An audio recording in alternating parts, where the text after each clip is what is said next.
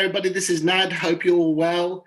Guys, I'm going to be talking everything Tottenham Hotspur today. Thank you so much for all the comments and feedback from my video last week. So today's date is the 26th of June, 21. I had to put a date on it because so much is happening with Spurs at the moment.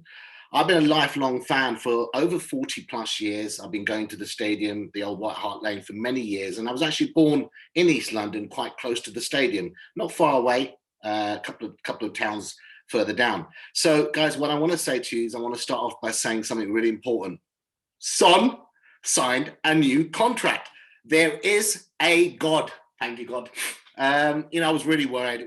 I said it in my last video, Son for me is irreplaceable. His energy, his enthusiasm, his smile, his talent, his goals, his overall general play is vital for Tottenham Hotspur's success. I think you all know that. Anybody that's been to the games or watched Son on TV, I'm really surprised that more bigger clubs didn't really knock on the door and hound Tottenham for Son. So I don't know if we've got something on the guy. I'm sure we haven't, but I'm just so grateful. And it's exceptional that he's signed a new contract. So great start to the week. Let's talk about the current squad before we go into the ins and outs of who's joined so far, who might be joining, who's leaving, who's left, etc. Because there's been a lot of ongoings, but I want to again just reiterate about my opinion of the squad again, which I mentioned last week, where I felt that we have got some talent out front. We'll talk about Harry near the end, and also the midfield. I think with Skip coming in, well, I think he's going to be an exceptional young player for Tottenham who's going to grow into probably, I hope, mainstay of the team. And Pierre, I've already said Pierre, I know he's a midfield player, but Pierre, you're becoming my Graham Roberts, because Graham Roberts has all beat the chest, the heart, the thunder. But Pierre's got some talent as well, guys. He has got some talent. And then, and as I said before, Dembele and Lo Celso, I do not feel that we've seen truly the best of those two young men. And again, I will say again, if these two come together, I think they could form a phenomenal partnership. But you've got to give it time. They're still fairly young. They're still learning, but the quality for 100% is there. And I felt that if we could add another midfield player to that quartet, a quality midfield player, a first team midfield player, I think we've got some fine midfield players there. Defense was my worry, because I think I said recently, if we start off the season with Ben Davies, Roden, which I think has got talent, and I do agree with many people out there, he has got talent, but again, talent that has to be nurtured and be developed. You can't expect him from day one to be leading the defense. Sanchez and Eric Dyer and Doherty doesn't really give me much confidence in that defense. Good solid players, but not the quality that you'd be looking for a team like Tottenham Hotspur, with all due respect to them. So what I want to talk a little about is the ins and outs at Spurs at this moment, because every time you go on, I watch Tottenham Hotspur News Now. I'm sure many of you follow that channel as well. It is literally non-stop in, out. First of all, may I just say, Fabio, our director of football, please get him a spare mobile phone.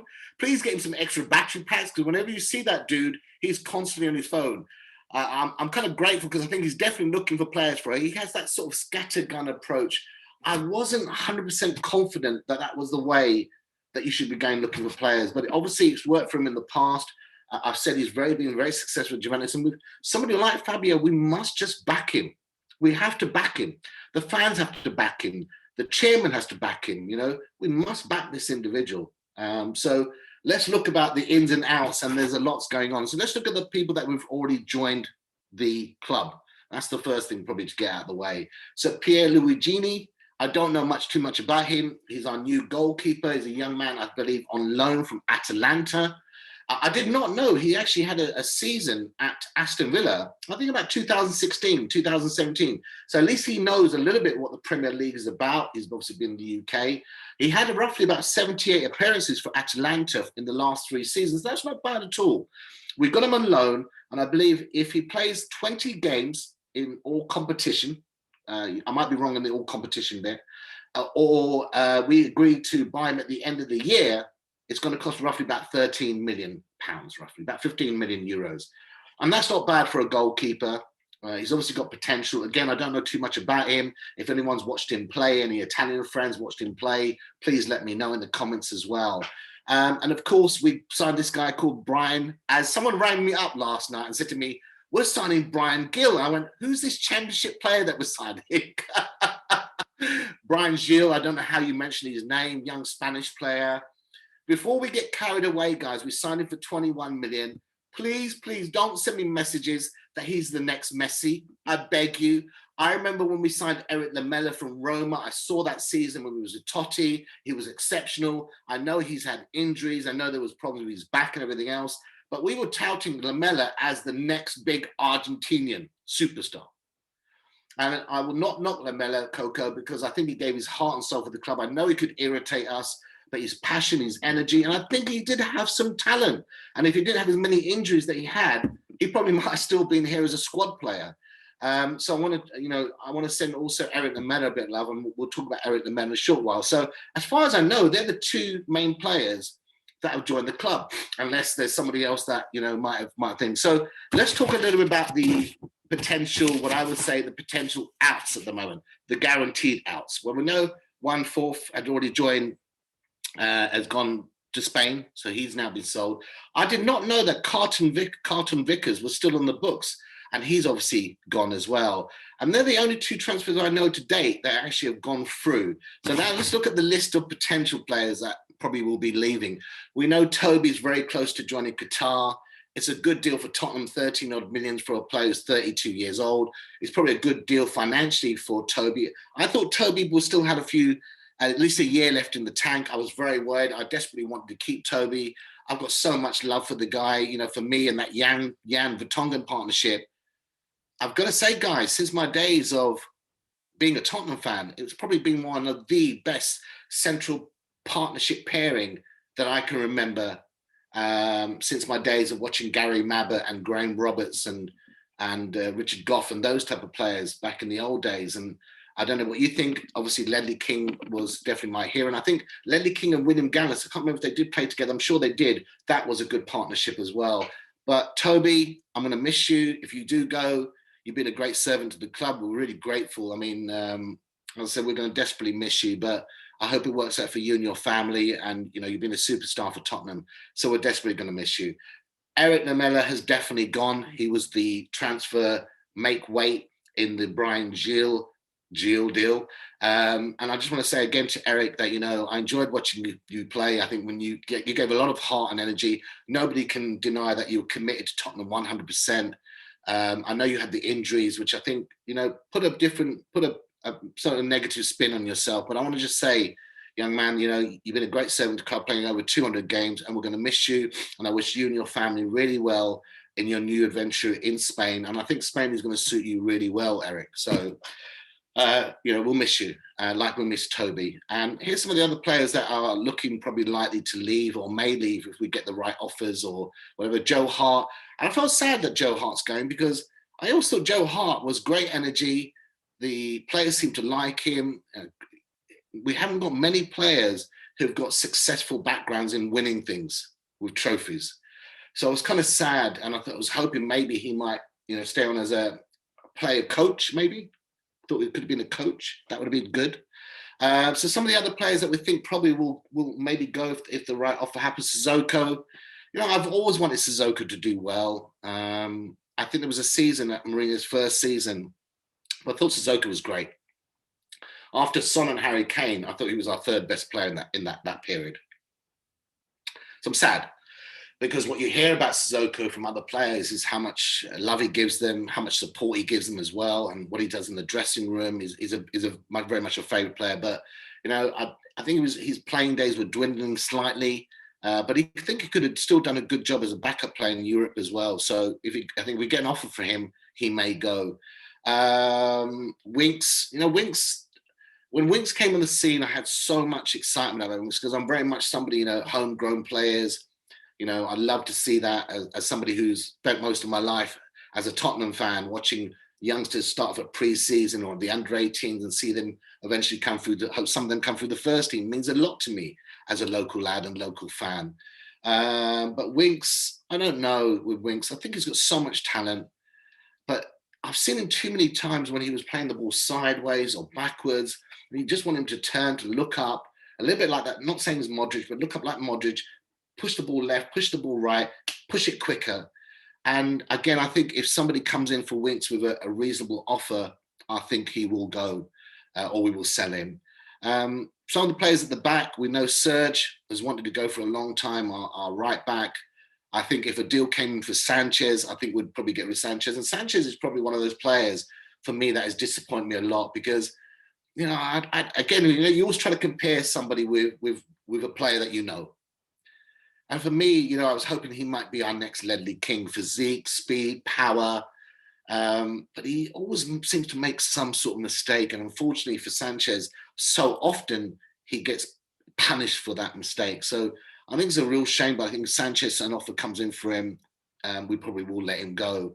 Dyer is a difficult one because I don't actually think a lot of clubs want to go in for Dyer suddenly, considering a couple of years ago, I think Manchester United were touting 50 million for Eric Dyer. And I don't really know what's happened to that young man. Maybe it's the midfield, right back, central defense. Maybe he doesn't know where to play. But I hope we can help him if he stays. Maybe Nuno can start working with him and get his confidence back. Get his confidence back and help him grow again and take it from there. So, you know, I think Toby's definitely going to be going. Joe Hart probably will be definitely going. We know Eric Lamella's already gone. One's already gone. Carlton Vickers is gone. So there's been a clear out, definitely. Now, let's talk about the future players coming, because this is probably the most difficult subject to talk about, because every time you pick up the paper, every time you look at on the internet, we've been linked with somebody, and it's too difficult. So I'm going to try to pick a couple of players that excite me from that list. I know I'm probably going to shoot myself in the head thinking, oh my God, why did I jinx it first of all? Christian, I think it's pronounced Romero. Now, I watched Christian Romero virtually every game in the Copa America. Only reason why is I was trying to see Lo Celso, because that's what you do as Tottenham fans. You follow your players internationally. And of course, I also love Brazil as well. The more I read about him and the more I saw him in the Copa America, I had no idea how we could buy him. I'm going to be very honest with you.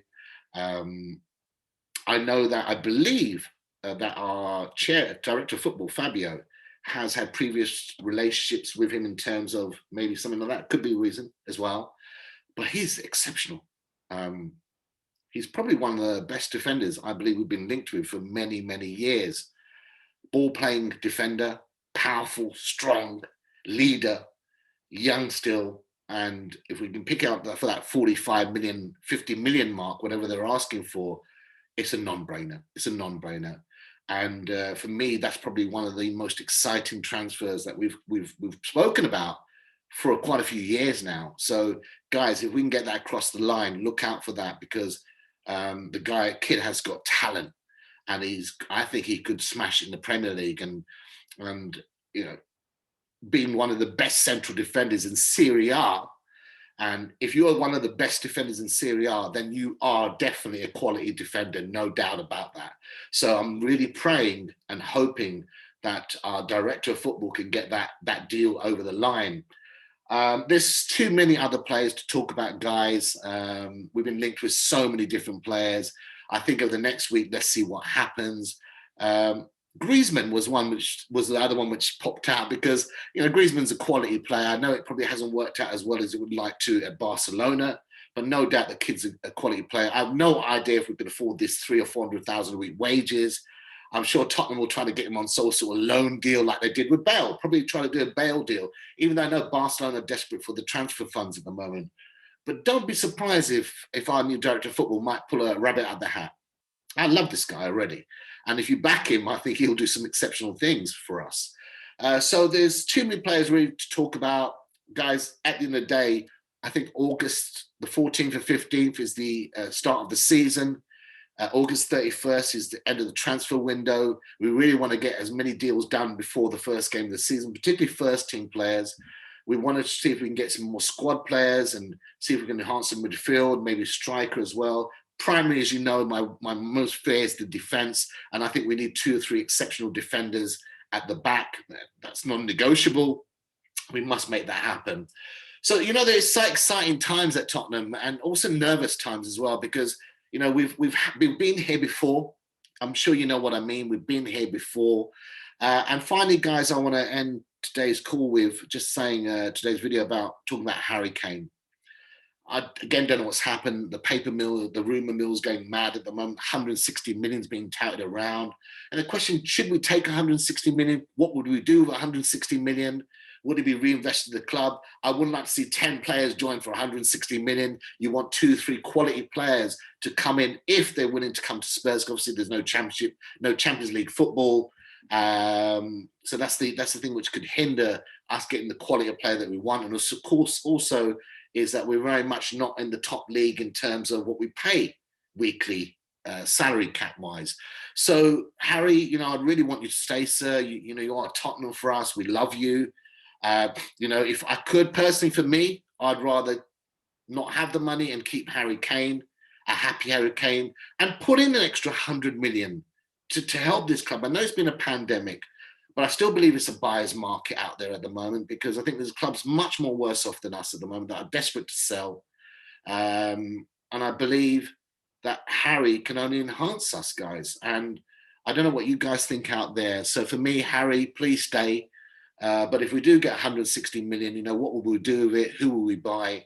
So guys, overall, but in a couple of days' time, probably the story will change. More people might be bought.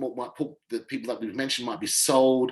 So it's running fast like a runaway train at the moment. But I want to just say to you all, keep on believing, keep the faith in your club. I love Tottenham. I know you guys do as well. It's an interesting year. It could be an interesting season. Get behind Nuno. We're going to support him with our love and our support and our energy. I'm not the biggest Daniel Levy fan in the world, so I'm not going to talk about Daniel Levy today. Fabio, keep on doing your stuff. Get an extra couple of battery packs, as I said. You desperately need it. And I just want to welcome the new players and give my love to the players that serve Tottenham Hotspur with all my love. And you know what? I can't wait for the season to start. Watch out for my video next week. Hopefully, if you like this video, please give me a like, first of all, guys. And all I want to say, like usual, is come on, you Spurs! And you know what? I can't wait for the season to start. Let's go, let's go, let's go, let's go. Come on, you Spurs. God bless. Take care of yourselves.